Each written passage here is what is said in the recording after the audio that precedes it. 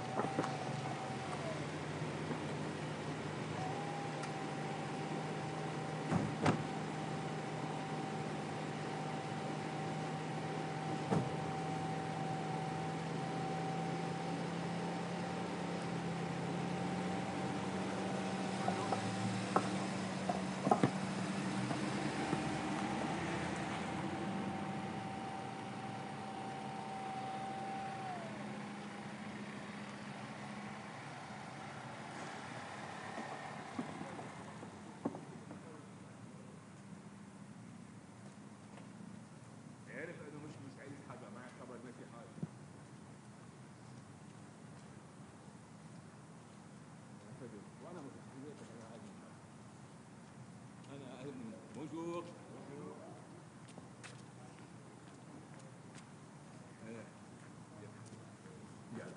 أنا فتت في الأمانة.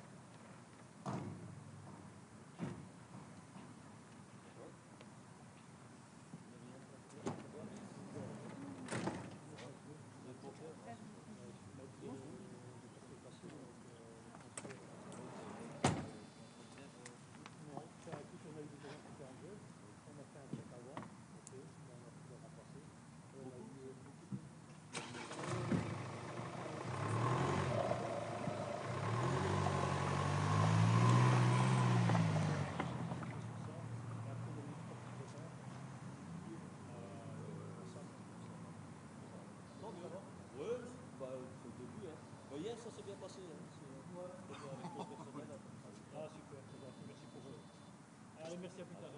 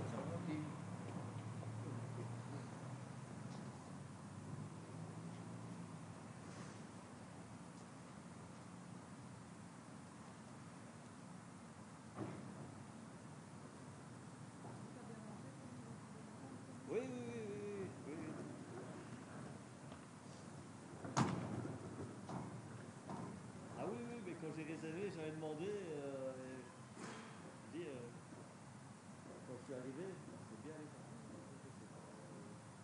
En effet, c'est plus confortable. Oui, il y a quand même du monde. Bah, la dernière fois que j'ai été allé un week-end, c'était full bourré. Là, il y a peut-être encore une trace de vivre, mais tout était rempli. Mais l'ambiance, la décoration, franchement, ça super sympa.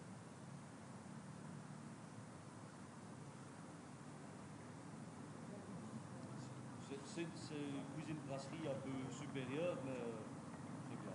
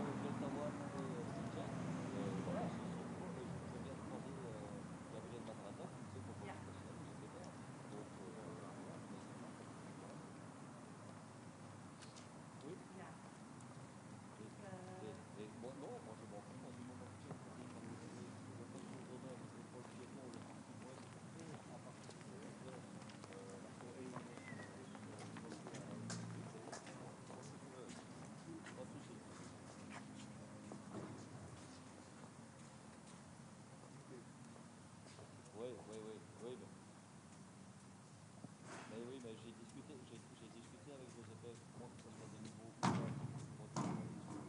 ils ont pris les bonnes instructions, donc pas que ce soit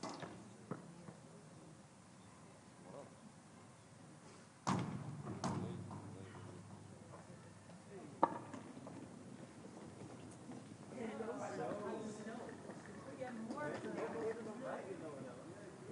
Moi c'est pour ça que je voulais.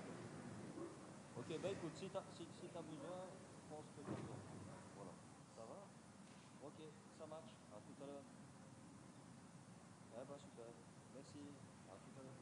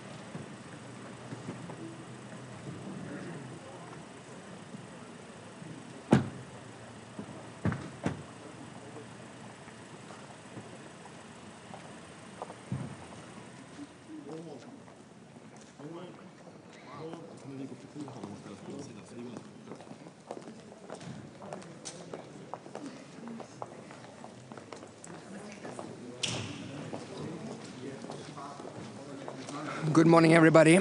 We are looking forward to today's meetings. We are going to be discussing NATO's activities when it comes to deterrence and defense. As you know, Sweden is very committed to strengthening NATO. We were last week in Latvia, where we also were noting the change of command of Sweden's mechanized battalions that we are providing to the alliance. We are well into 11 months into our journey, and we're glad that that came into place as well. In addition, I expect today to be also discussions about something called FLF Finland, meaning, of course, that Sweden might then become the framework nation for FLF Finland. This is greatly helped by the strong cooperation that Sweden and Finland are having in the area of defense for many years as well. And we would be proud to be the 9th framework nation within the alliance. In addition, I also expect us to discuss NATO's support to Ukraine, particularly the role of NATO. As you might know, Sweden is also one of the largest contributors to Ukraine. We just announced our biggest support package to Ukraine a week ago, and our position is that Ukraine, if it chooses to negotiate, should be negotiating from a position of strength, and Sweden is committed to make sure that Ukraine has that ability.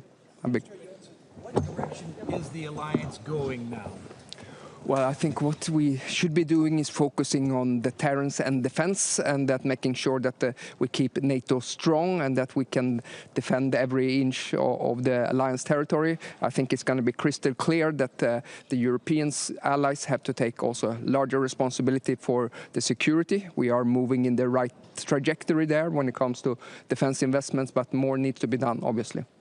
After yesterday's phone call between President Trump and President Putin, do you fear that Europeans will be sidelined in any kind of peace negotiations? Well, I also take note that President Trump also talked with President Zelensky, and I took note of what President Zelensky said afterwards. For us, it's very natural also that we as European allies are engaged into these discussions. Last year, we provided about 60% of the military support, and I see going forward that the Europeans have to take a larger responsibility, and therefore it's very natural that we're engaged into the discussions. Minister, almost 3 years of war now. Now Ukraine will probably cede territory. Has the West failed in its support for Ukraine, especially Europe? Well, if Ukraine should seize territory, that's up to Ukraine to decide that. And we stand behind Ukraine's territorial integrity. And we are, that said, committed to making sure now, if there becomes negotiations, if President Zelensky chooses to engage in this, that Ukraine can do this from a position of strength. And that's why we, for every year that's passed on in this war, our support has become bigger and bigger, and we're ready to do more. Sir, would Ukraine's negotiation position has been stronger if things like NATO membership would still have been on the table? Well, as far as I understand, the U.S. position from this administration is that this is about they're claiming that NATO membership should not be part of this political agreement. I don't foresee the NATO membership as such being off the table for Ukraine. Our position is well known and communicated, and we stand behind what was said at the Washington summit, of course, that Ukraine's future is in NATO when it lives up, of course, to the conditions. Thank you. Good morning. So I'm Dovilė Šakalienė, Defense Minister of Lithuania. And I think that we all understand that the moment of payment is always unpleasant and even painful. But United States were justified in criticism to Europe for not paying for our own defense after Second World War. Americans were developing their defense industry and their army. What was Europe doing? Investing in our economy. Now we see that that was not the right path, and it will be a very swift resolution. Whether we wake up and actually our defense industry and our armed forces, our capabilities develop very swiftly and very significantly, or we will be in a very difficult situation, to put it diplomatically. However, it is important to note that United States and Europe are and will be and must be allies. This world has become as small as never, and Indo-Pacific and Europe are connected very directly. China and Russia are going to coordinate their actions, and if we are not able to work together as a team for democratic world, it's going to be the darkest time since the Second World War. After yesterday's phone call between President Trump and President Putin, do you fear that Europeans will be sidelined in any kind of peace negotiations? It's up to us whether we will be sidelined or whether we will stand up to the expectations and to our actual capacity to fight for Ukraine, to fight for our own freedom, because in a few years we will be in a situation where Russia, with the speed that it is developing its defense industry and its army, is going to move forward. We all understand that Ukraine is just the first stage currently of imperial expansion of Russia. We in the Baltics remember very well, also through our family experiences, what does it mean when Russia is preparing for war. Can you describe what direction this alliance is now going? I think today we are going to have very difficult discussions, and probably the directions are two very obvious choices. Whether we decide to fall under the illusion that Mr. Trump and Mr. Putin are going to find a solution for all of us, and that would be a deadly trap. Or we will, as Europe, embrace our own economic, financial, and military capacity, and we will be the ones who will be deciding what will happen in Europe and in Ukraine with United States. Because let's not be naive. United States is not only the most significant contributor of the NATO alliance, but also the one that has been, I want to reiterate, paying for our security. And that needs to be corrected. Thank you.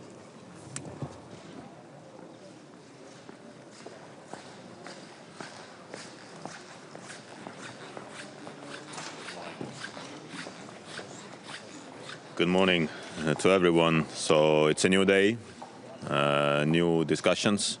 Of course, mainly we will discuss and concentrate today to NATO readiness. And we all understand what we have been saying all the time, that when we want to increase our readiness, then we have to talk about our capabilities, lethality, defense capabilities, air defense, and for that we need to increase the defense spending. This has been from our side already a long time an issue we have to address. Now it has been vocalized a bit more, and of course in The Hague we have to come to the conclusion what will be the new target, what will be the new level of defense spendings here in Europe, and it's not a surprise that Europe has to take more responsibility. So in that sense I really do hope that in this family called NATO we are on the same opinion that we have to do more, but also we have to take into account that this is a family, and in the family, as Alexander Dumas already said many years back, one for all for one, means that we are all backing ourselves if needed. So Estonia is at the moment together with the United States in Iraq, saving the freedoms, and of course we have been in different missions. We have lost proportionally more soldiers than United States. And my message will be very clear that in this family, we are standing shoulder to shoulder, back to back to each other, and then we are protecting and defending ourselves. Of course, we will increase also in Estonia defense spendings. Last year, Estonia was the second highest by percentage. We will go next year by today's margins to 3.7, but we are discussing even to go above 4% or even to 5%. So we will do our share and we will continue investing to defense. Can you describe what direction this alliance is going now? We will see more today. So of course we will discuss internally. So this is the point of the family, and I really do hope that we will have a very frank discussion that, you know, what NATO do we want to see.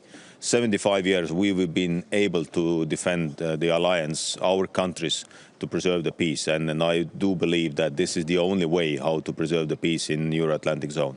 Minister, after yesterday's phone call between President Trump and President Putin, do you fear that Europeans will be sidelined in any kind of peace negotiations? Europe has to be part of these negotiations. It's not a question at all, because Europe has put sanctions on Russia. Europe is investing to Ukrainian defense, and Europe is rebuilding Ukraine with European Union money, with our bilateral aid, etc. So we have to be there.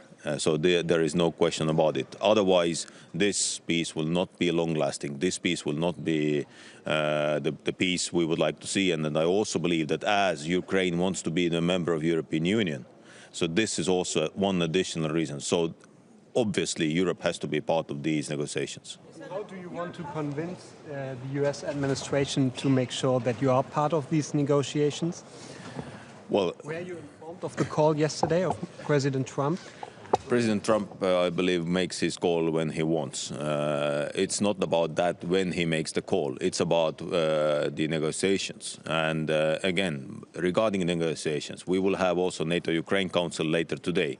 But we have to understand that there will be no peace without Ukraine. Ukrainians have to be the ones who are saying when we are ready to negotiate, when we are ready to take new conditions onto the table. So it cannot be so that someone will come and say, when to talk. It has to be Ukrainian nation and Ukrainian president who says when. There was one question more, and then I will leave. I was going to say, you say that Europe, has to be at the table, has to be involved in those discussions, but do you feel that Europe is, as of now, involved in those discussions? It's following my colleague's question about President Trump's call. Do you understand what they were talking about? Was he sharing his vision on how this conflict should end, or just American vision? Well, we have these negotiations. Yesterday we had discussions with Pete Hegseth. There will be a discussion round next week with Keith Kellogg. So we are part of these negotiations or preparations. We cannot talk about the negotiations at the moment. So we are preparing for this. And of course, Europe has to put our vision onto the table also. So because, as I said, sanctions, rebuilding Ukraine, bringing Ukraine to European Union. Also, our goal still stays valid that Ukraine has the right to be one day member of NATO. But anyway, I believe that we have some other colleagues waiting. So thank you very much.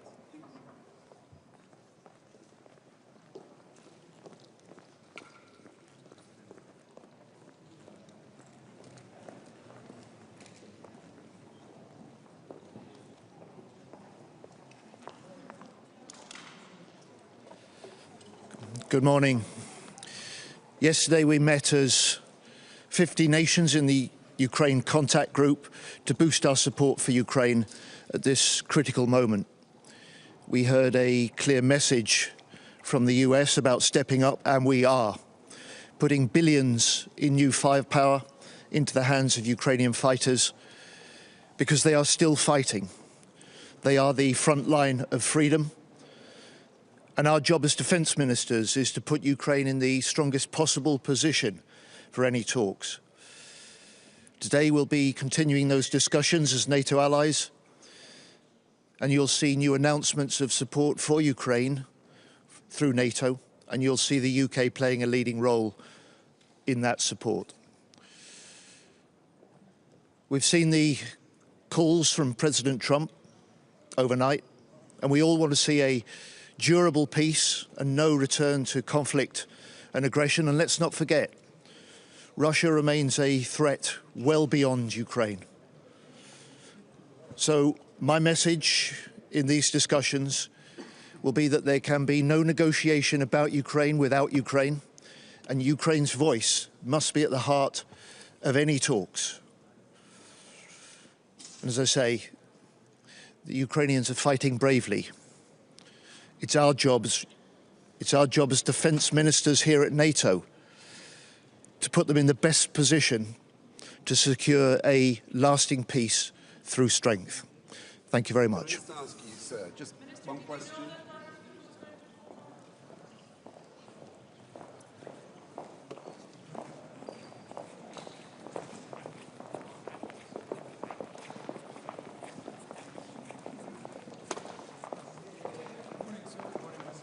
Good morning, everyone. I'm William Blair. I'm Canada's Minister of National Defence. As my colleague, Defence Secretary Neely just iterated yesterday, we met as the Ukraine Contact Group for the 26th time under the leadership of the United Kingdom. I think we had a very important and frank discussion about our unity and support for Ukraine. I also had the opportunity yesterday to meet with Minister Umerov and reiterated to him our continuing support to continue to provide Ukraine with everything it needs to put themselves in their best possible bargaining position as we go forward towards a peaceful resolution of that conflict. Canada's is resolved that we will be there for Ukraine to ensure a just and endurable peace. And I assured Minister Umarov of our continuing commitment to do that. All of the members present also reiterated their continued support of Ukraine to enable them, to give them the tools that they need, because as Secretary Neely just said, they're still fighting. And we will be there for them to provide them with the support that they require to work towards that just and sustainable peace. I'll be happy to take any questions you may have. Mr. Blair, what direction is this alliance now going? Well, I think our resolve over the past, since almost 3 years now of this conflict, the alliance has been remarkably strong and resolved to provide Ukraine with the tools that they need to defend themselves against the illegal invasion that was perpetrated upon that country. That resolve remains. But we are also watching very carefully of the ongoing discussions that have been taking place between the President and Mr. Putin. It is essential from our perspective that Ukraine must be part of that negotiation, and that we're going to continue to support them to enable them to be in the strongest possible position to achieve that just and sustainable peace. But the alliance that Vladimir Putin wants to end the war. Given that Donald Trump clearly doesn't seem to maybe want to bankroll European security anymore, or provide security even to the Europeans, would Canada actually have its security interests better served being the 51st American state? Canada is a proud and sovereign country, and that is not going to happen. We will remain a nation and an important member to NATO, and in all of our alliances, including with the United States. We are resolved. We heard very clearly concern expressed by the United States yesterday about the need for every member of the NATO alliance to step up and do more. We agree. And Canada understands its responsibility. We need to do more, and we will do more. Yes, do you agree that... Not good news for Ukraine, though, are they? I'm sorry? Yesterday's comments from Secretary Hegseth, not good news for Ukraine. And again, we'll let Ukraine answer for any concerns that they may have. From our perspective, it's important that they be at the table, that their concerns and what they require be adequately addressed by all of us who support them. I believe that resolve remains.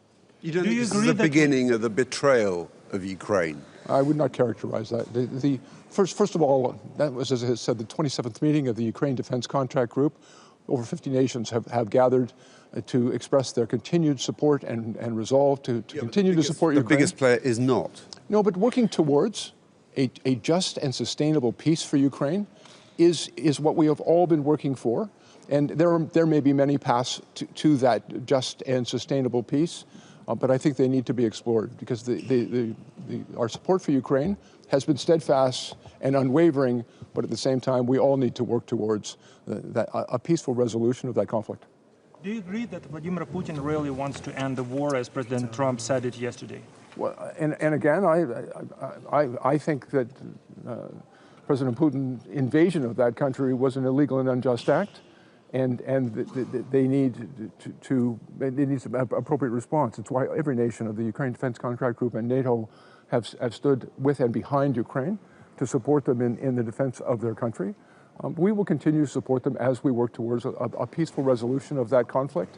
And it's very important that Ukraine's voice always be front and center in those discussions. Thank you all very much. Have a good morning.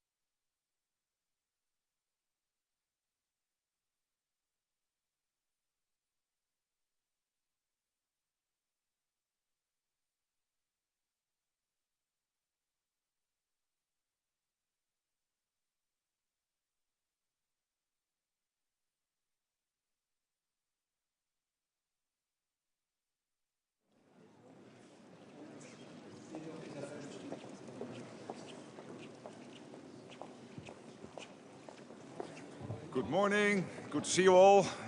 Just a quick doorstep before we start with today's meetings. Clearly, a lot happened yesterday in the meeting, but also in the media. And no doubt that will be debated today and over the coming days and weeks. But there's also a clear convergence emerging. We all want peace in Ukraine, rather sooner than later. We all want Ukraine to be in the best possible position when those talks start, to make sure that they can be concluded successfully. And as also Pete Hegseth said yesterday, the new American Secretary of Defense, it is crucial that whatever comes out of those talks, it is durable, it is enduring. No Minsk III. We cannot have that again. We cannot have Putin again trying to capture a square kilometer, a square mile of Ukraine in the future. Then, of course, we will also discuss today spending. We have to spend more, not only because the US expects that, because they expect Europe to take its and pay its fair share. But also we have to spend more because we know the threat coming from Russia and from other adversaries is increasing. And that will be debated today. And here I think there is a clear expectation from the side of the US, but also a clear commitment yesterday that this alliance is here to stay for the generations to come. And we will discuss today the defense industrial base, how to produce more. We are not producing enough, and this is a collective problem we have from the US up to and including Turkey and including the whole of the European Union, Norway, UK. We have fantastic defense industries, but we are not producing enough. We are producing in 3 months an ammunition. No, I would say Russia is producing in 3 months an ammunition, what the whole of the alliance is producing in a year. And this is simply not sustainable. We have to ramp up the defense industry production. So these issues will be on the table today in the Ministers of Defense meeting, and then afterwards also in the lunch we will have with Minister Umerov of Ukraine, where we discuss the relations between NATO and Ukraine. So thank you very much. Maybe a few questions. I can only do one question at a time. Yes. Okay. Do you think that Secretary Hegseth rhetoric that we heard yesterday was in any way harmful to NATO? Just the way he talked about As I said, Secretary Hegseth, but also what later came out of Washington, clearly were big announcements. And at the same time, this is how an alliance should be governed. We are an alliance of democracies. We need to debate, and also I see a clear convergence, as I said, that we want peace, that the peace has to be enduring, that we have to make sure that Ukraine is in the best possible position, and for the Europeans to step up in defense spending and collectively to step up the defense industrial production. So here there is a clear convergence. Sure. Yes. It's clear that things have changed here. What direction is this alliance now going? This alliance is a family. As Pete Hegseth said yesterday and so many others, it is there for generations to come.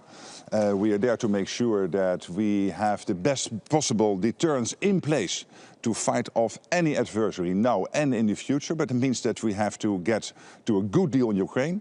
We have to ramp up defense spending. We have to ramp up defense industrial production. These are clear tasks we collectively have. We will debate them. We might not always agree immediately. But as always, in the end, we come to common positions. So you have said, your mantra has been, no decisions about Ukraine without Ukraine. Yet yesterday we saw Donald Trump having a phone call with President Putin without Ukraine. He's going to meet President Putin without Ukraine. This looks to many like the beginning of the betrayal of Ukraine. What we have seen yesterday was the statements coming out of Washington, including, and you forget to mention that, his long phone call with President Zelensky. So we will see how this progresses from now on, step by step. Of course, it is crucial. We talk about Ukraine, that Ukraine is closely involved in everything happening about Ukraine. Representing the U.S. Press Corps. Thanks for doing this. Do you consider President Trump's phone call with Putin the beginning of peace negotiations? It clearly gives that impression that it was a successful phone call. We all want peace in Ukraine. Obviously, we have to make sure that Ukraine is in the best possible position. It is crucial that when a peace deal is struck, that peace deal is enduring. That Putin knows that this is the end, that he can never again try to capture a piece of Ukraine. So that has to be part of those negotiations, and no doubt that is also on the mind of President Trump and the American team. And today and the coming days and the coming week, obviously we will closely coordinate between allies. Final question, and then we'll meet again at the post-ministerial press conference. So, yes. It's the best possible position for Ukraine. Would it be even stronger and better if things like the return of occupied territory and NATO membership would still be on the table? Well, what I've said before, I believe we have to make sure that we concentrate on the big issues. And the one big issue, number one, is to make sure when talks start that Ukraine is in a position that Putin knows he has to come to the table. It is for him crucial to come to a deal on Ukraine, so Ukraine has to be in a strong position. And again, as I said before, it is crucial that when a deal is struck, that deal will not unravel. We have seen in 2014 what happened with Minsk. We thought that deal was there to stay. It didn't. Putin simply continued trying to grab pieces of Ukraine. And then on 2022, he started the full onslaught late February 2022. We can never, ever have that again. So I'm absolutely pro-peace. I am pro-peace talks. Absolutely, but at the same time we have to make sure that what comes out of those talks is there to stay and that Ukraine then is safe. Thank you so much. We'll meet again later today. Thank you so much.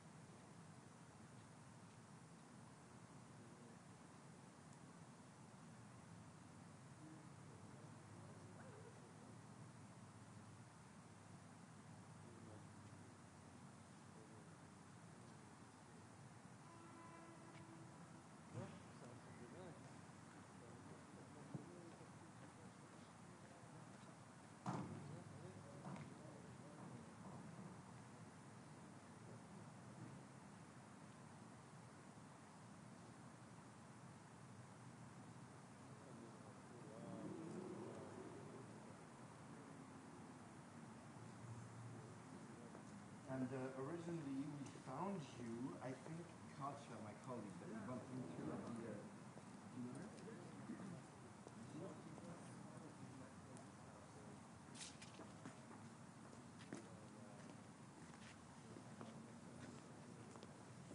Okay, yeah, okay, and so that's how you met. Yeah.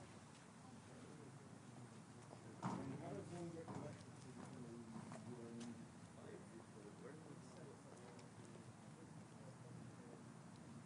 Yeah.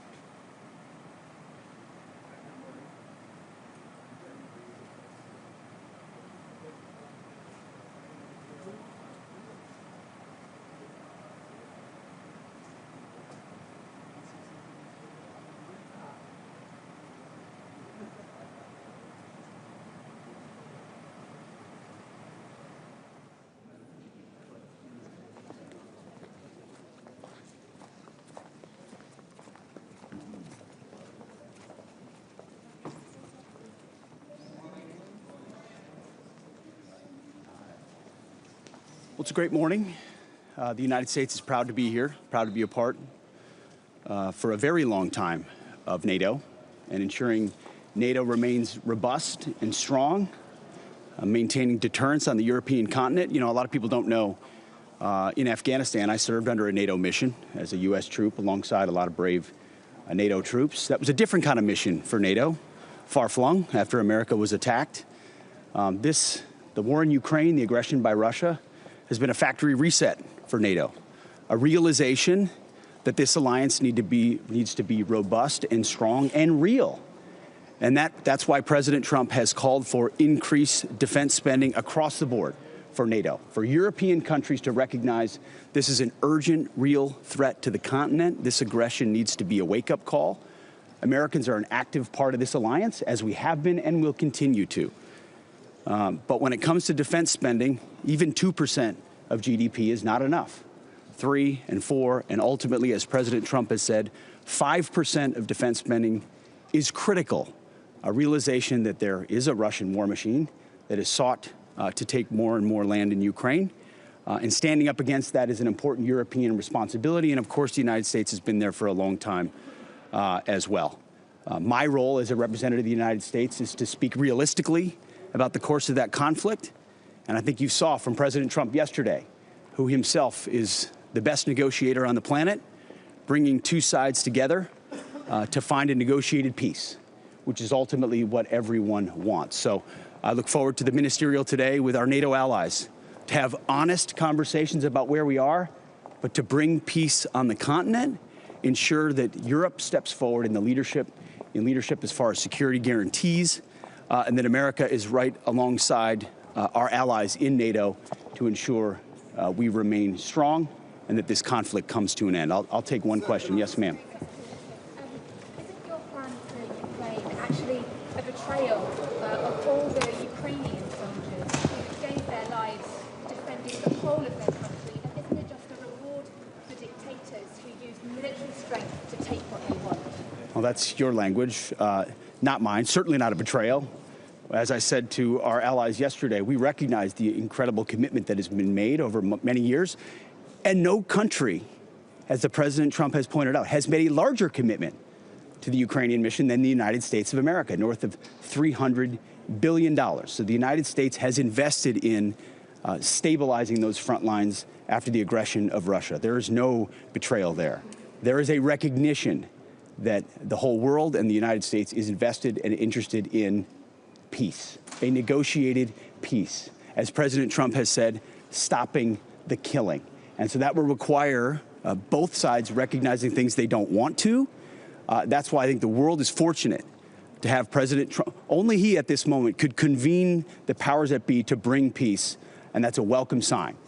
My job as the defense secretary, working alongside NATO, is to ensure that the defense capabilities of this alliance are as strong and robust as possible to deter any future aggression on the continent. That's our role, to be leaders in NATO, and that's what we'll continue to do. Thank you very much. Appreciate it. Thank you.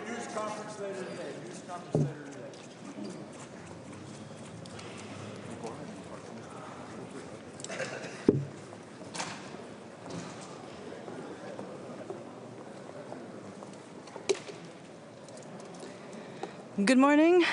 Today we will be talking about military capabilities that we will need for our collective security, to be able to defend our peoples, our countries, our territories, also our values and our interests.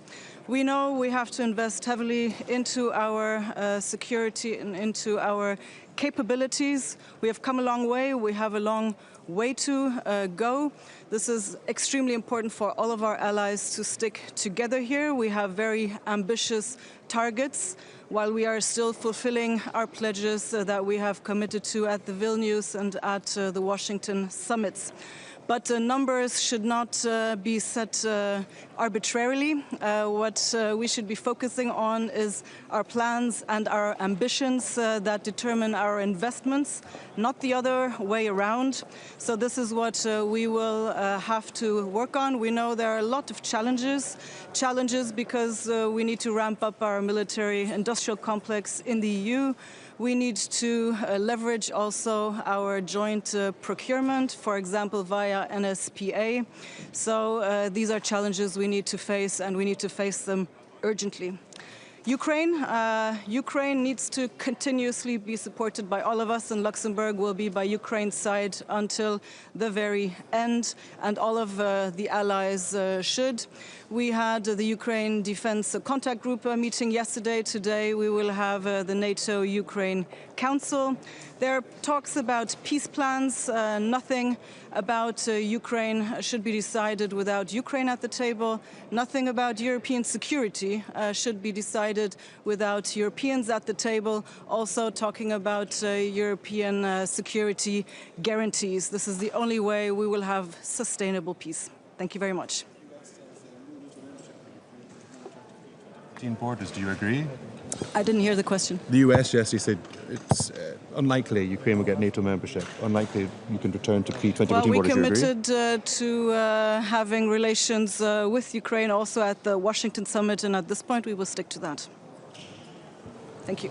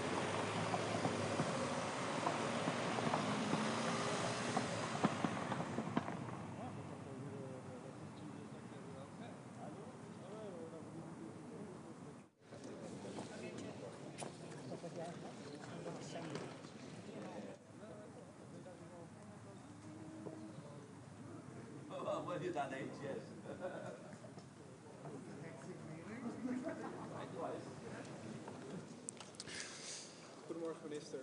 Gisteravond heb ik een telefoongesprek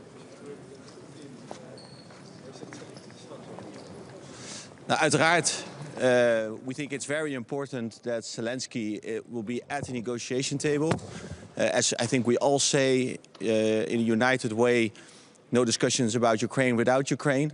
The same is true for Europe, because, of course, what is negotiated also has implications for security in Europe. So we think that Europe should also sit at the table, of course, especially when there are talks about security guarantees. We need to make sure that also European countries are able to engage in these discussions. Who will represent Europe?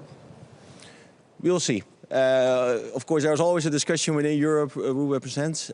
Personally, that's for me not the most important question. The most important question is that we make sure that there are no negotiations about European security architecture, no negotiations about security guarantees without the involvement of European countries. How would you describe the direction that this alliance is going now?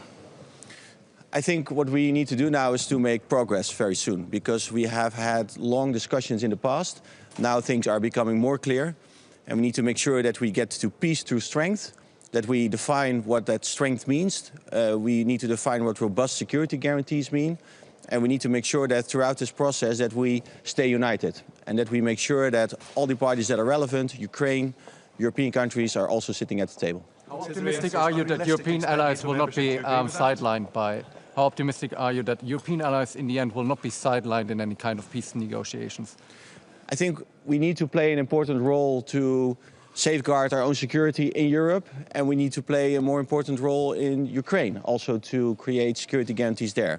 So I think there is no option to not be at the table, because we are very important in the actual implementation of those security guarantees. And I think there's also a lot that we can bring to the table. There's a lot that we can do together. And in the end, if we work together on this, we are much stronger than if we work on this individually. Sir, considering the clear words of Secretary Hexet yesterday, do you think it would be good to have a good conversation in the alliance about its future?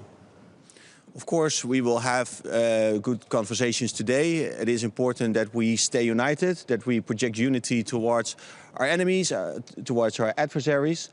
So we need to have, I think, clear and direct discussions in those rooms behind closed doors, but then also come to an agreement and make sure that we project unity and strength to our enemies.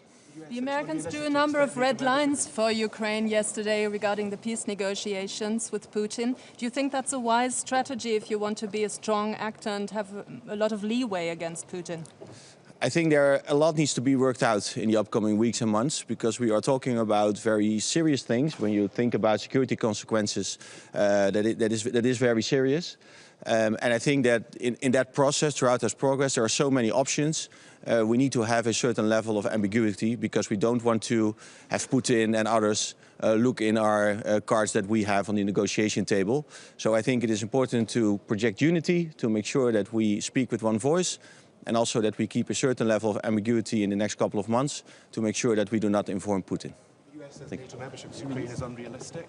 Do you share that assessment? I think regarding membership of Ukraine, you always need to make a distinction between the very short term and the long term.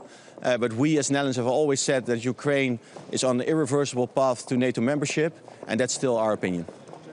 Thank you. Prepare for peace troops now.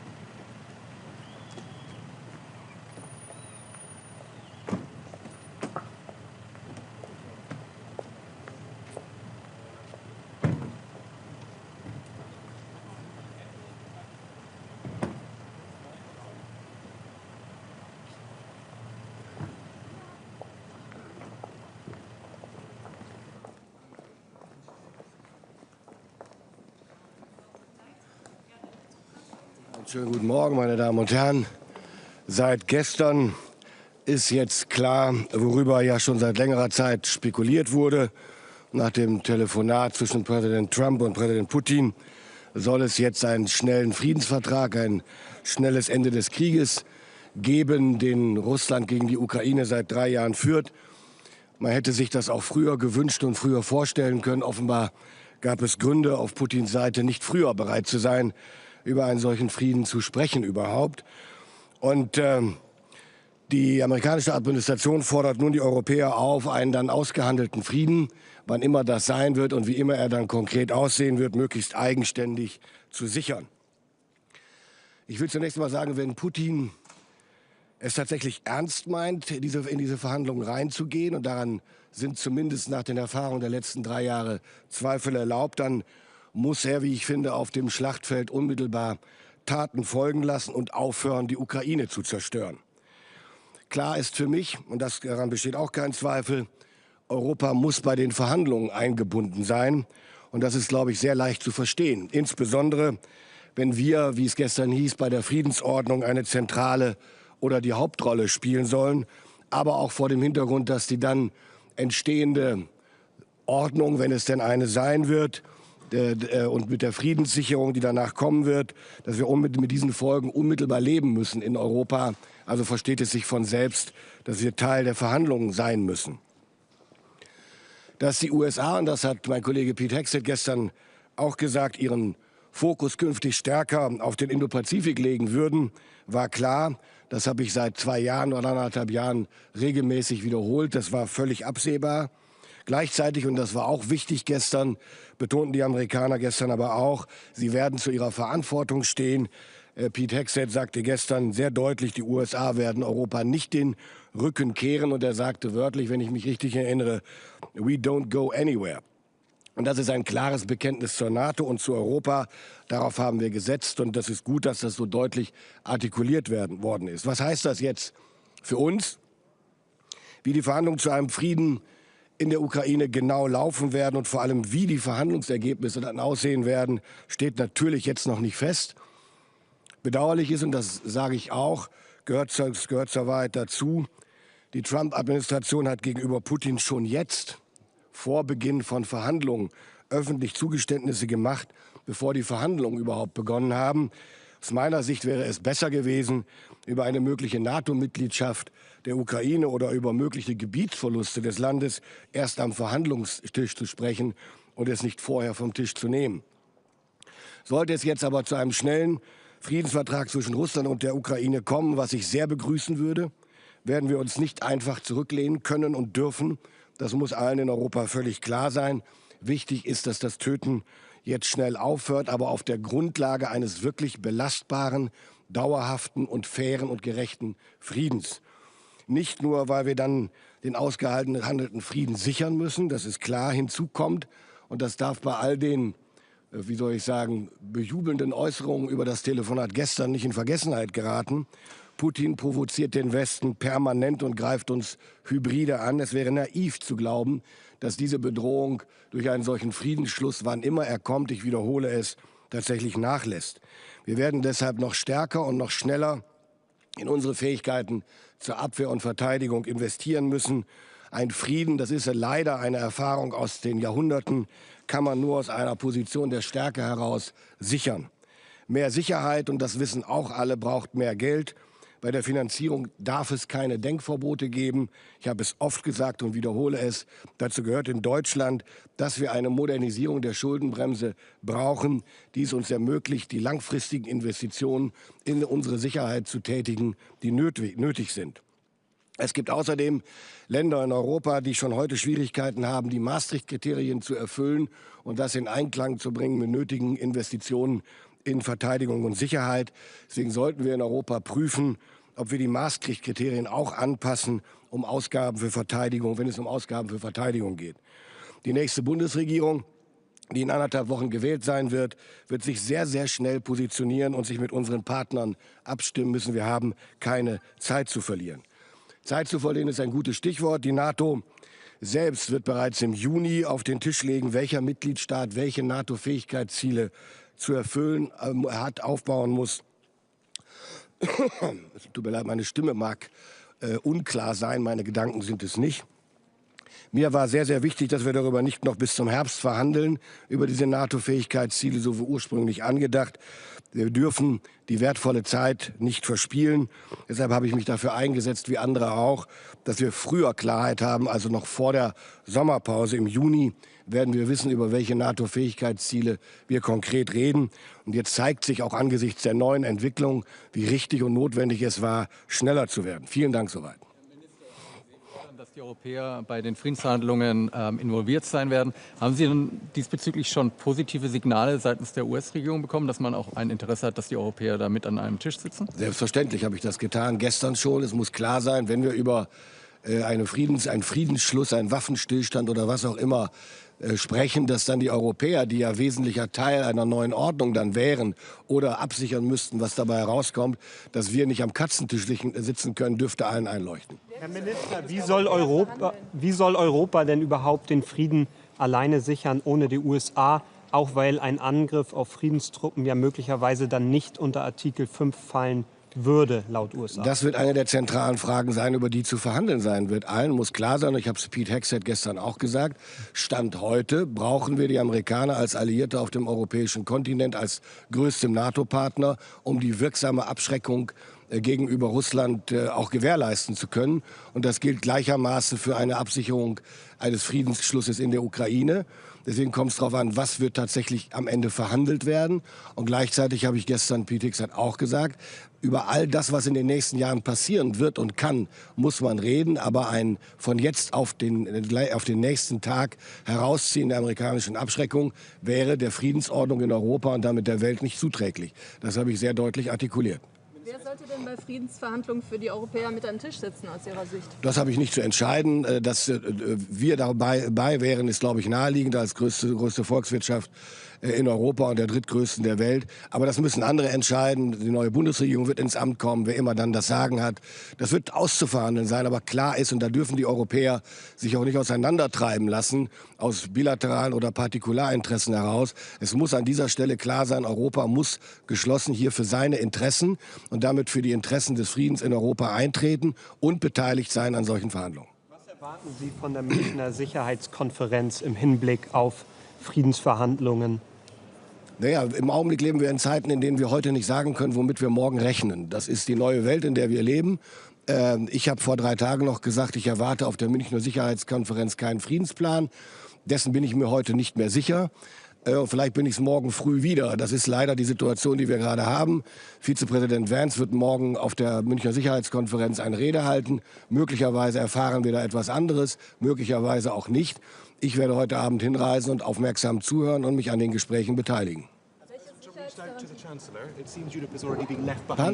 Has President Trump reached out to Chancellor Scholz? I don't know. It seems Europe has been left behind in the Ukraine peace talks already. What do you think? That's not my impression for the moment, because the reality is nobody was really involved before the phone call between Trump and Putin. Welche Sicherheitsgarantien müssten die Europäer jetzt der Ukraine für Friedensverhandlungen geben, wenn es keine NATO-Mitgliedschaft mehr gibt? Müssen wir dann über Friedenstruppen zum Beispiel reden? Mir ist das zu früh, darüber zu spekulieren. Es gibt verschiedene Arten, den Frieden zu sichern. Zunächst einmal muss man wissen, über welchen Frieden wir reden und wann der eintritt und wie die Bedingungen dafür sind. Ich möchte mich dazu an Spekulationen jetzt überhaupt nicht beteiligen. Okay. Vielen Dank.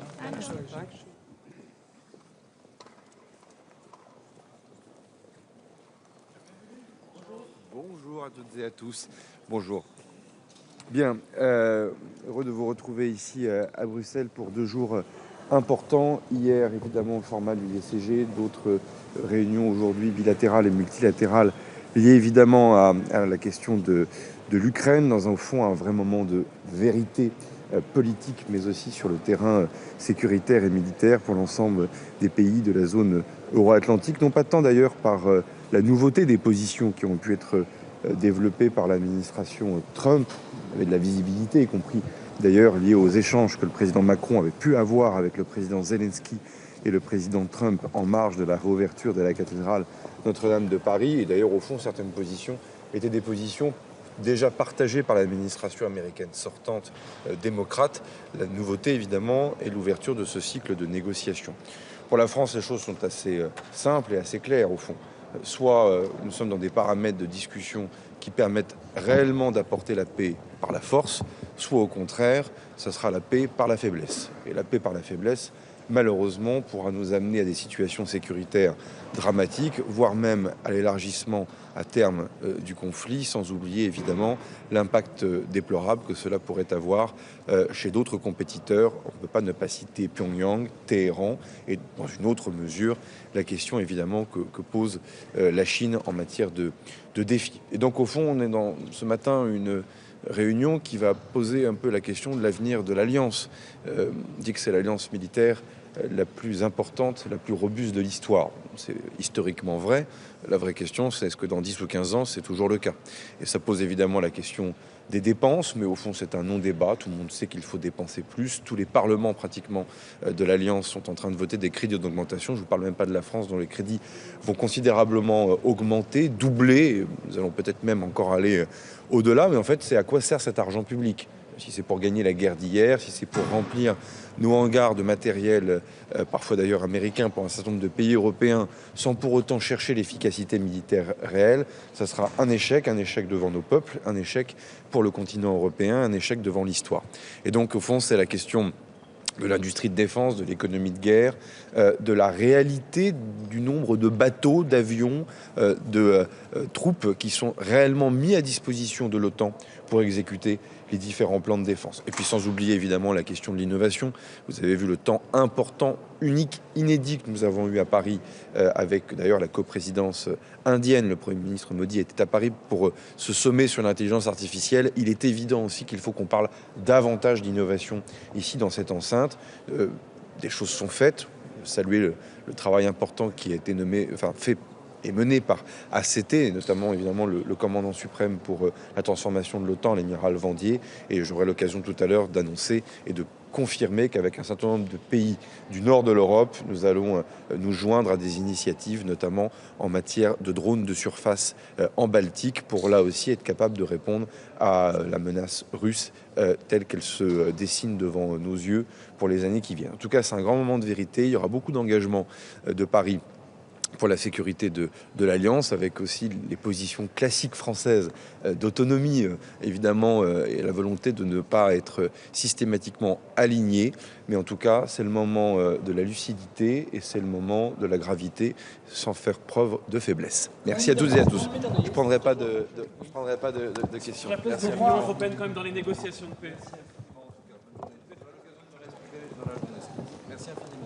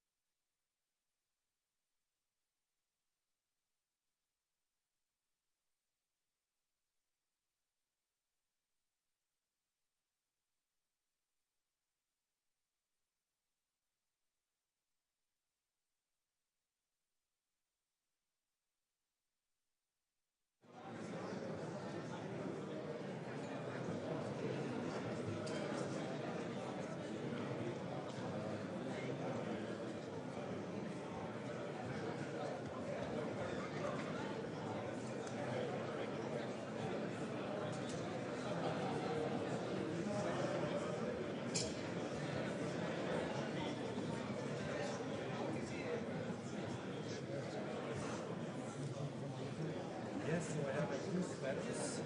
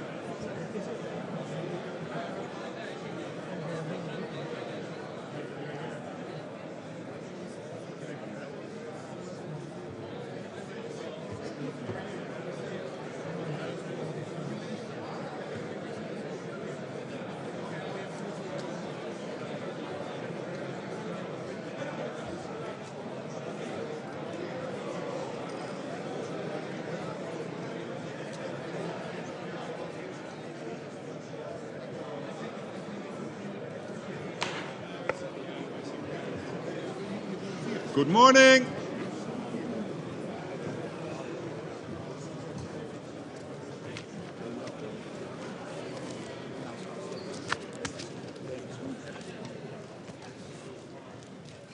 Good morning all, and welcome to this meeting of NATO defense ministers. We will focus on some key priorities for our summit in The Hague, which is only 4 months from now, I started to realize today. So it is quite soon. Defense spending will be priority number 1.